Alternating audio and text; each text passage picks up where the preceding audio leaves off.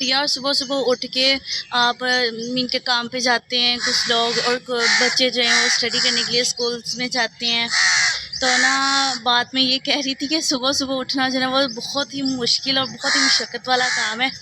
तो आज मैं सुबह उठ के आई हूँ, कसम से मुझे इतनी नींद आई हुई थी, मेरा ज़रा दिल नहीं कर रहा था यहाँ आने के लिए, ठीक है, क्लास लेने के लिए, लेकिन मजबूरी थी क्योंकि अभी मेरा जो लाइसेंस है वो बना नहीं है, और और मुझे भी ड्राइविंग बिल्कुल नहीं आती, तो वो सीखनी थी, ठीक है। अभी मैंने ड्राइव भी देनी है इसलिए। और ना मैंने जो कॉलेज की क्लासेस वो मैंने बंक की हुई हैं, मीन के मैंने क्लासेस को कॉलेज से ऑफ लिया हुआ है, कॉलेज में जाती नहीं हूँ, तो इधर आना होता है बस क्लास लेने के लिए। मैं स्पेशली क्लास लेने के लिए आती हूँ, क्लास लेती हूँ और फिर घर चली जाती हूँ, ठीक है।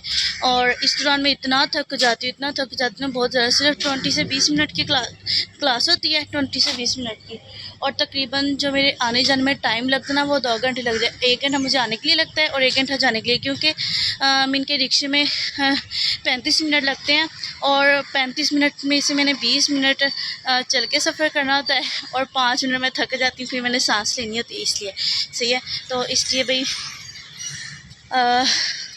सुबह को उठना और स्कूल जाना, किसी भी काम के लिए जाना बहुत मुश्किल है, बहुत मुश्किल है।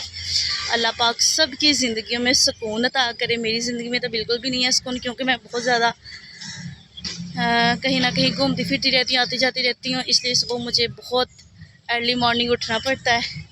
और मेरी अम्मी जो है वो, मेरी मम्मा मुझे ये कहती है कि अगर तुम अभी नहीं उठी ना तो मैंने थापों से तुम्हें कूटना है। थापे मीन वो जो कपड़े धोने वाले होते हैं ना, उससे। हाँ, सच में ऐसा ही होता है। चलें, अभी मैं जा रही हूँ। ओके, अल्लाह हाफ़िज़।